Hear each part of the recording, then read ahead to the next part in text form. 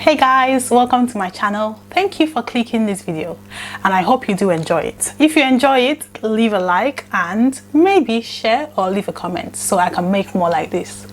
Alright, so you can see from the title we are talking about the Igbo attires. So I'm going to give you what the elder men wear, the women, and the younger men and the younger women. Now I'm going to tell you about what we used to wear in the past and also what we wear now in the present. Keep watching.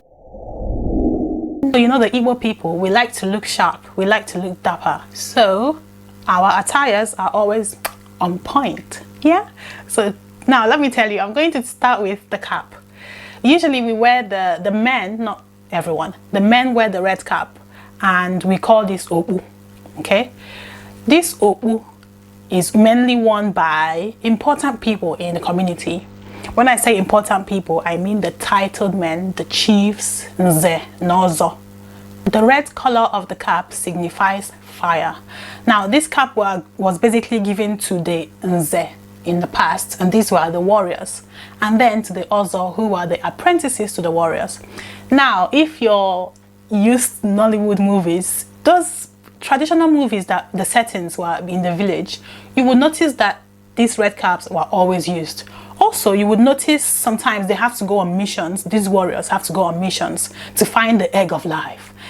These people are the warriors, so they were basically the ones taking care of and keeping the Igbo society safe.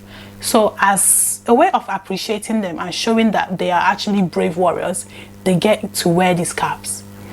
But of course, in recent times, you will see almost any person wearing this cap without knowing the meaning behind it or understanding that they are not titled people, so they shouldn't be wearing these hats, especially young men. This cap is now reserved for men with power, authority in the society, so they are the ones who are permitted to wear it these days.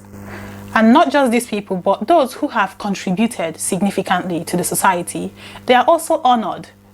Basically, they're allowed to wear these caps to show that they have improved or impacted the society in a massive way, which is kind of what the warriors used to do in the past. So because they can't fight now, they basically, maybe if they give money to the society or to the Igwe, who is the king, they are shown respect, okay, and given this kind of cap.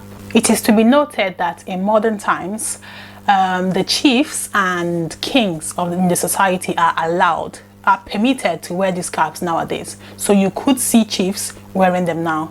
We don't really have warriors these days that go on missions to find an egg of life or something. So you should understand. So in order to keep the culture going, people have to wear it these days, right? So the kings, the chiefs, they wear it these days.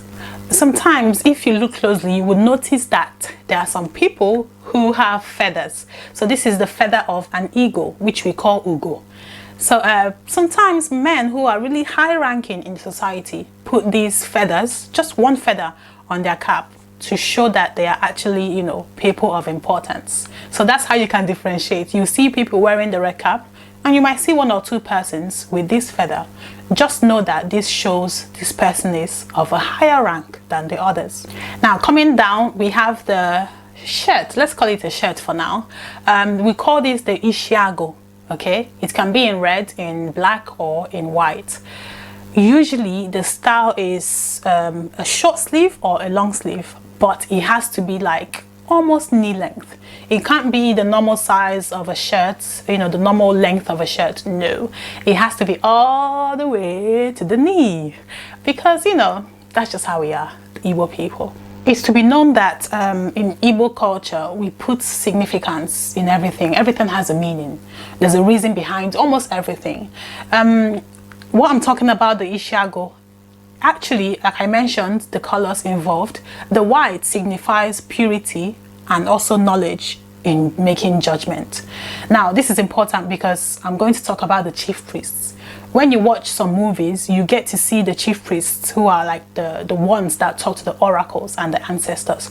They usually paint their eye with white chalk and they usually wear white and red beads around their neck.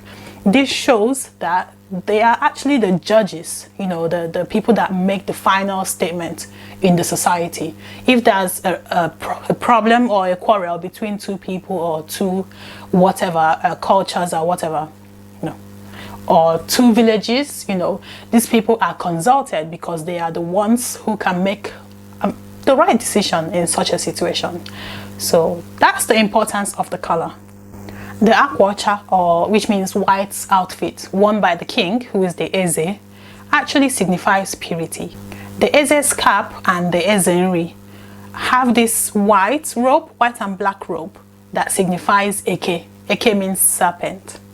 And then coming down, we have the walking stick. This walking stick, some people use it just to show off because, you know, we are Igbo people. But it actually signifies something, and it's mainly for important people in the society. It's reserved for the high chiefs and royalty. So usually they wear it to occasions. If there's a coronation for a new king, you see some of these high-ranking chiefs walking with their walking stick. It doesn't mean they can't walk properly. No, they don't need it to help them walk. They just have it to show who they are and to add accessory to their outfit. This walking stick signifies longevity, title, and wisdom. And like I said, during coronations of Eze, Igwe, Obi, you see many people using the walking stick if they are among the caliber of people who can use them.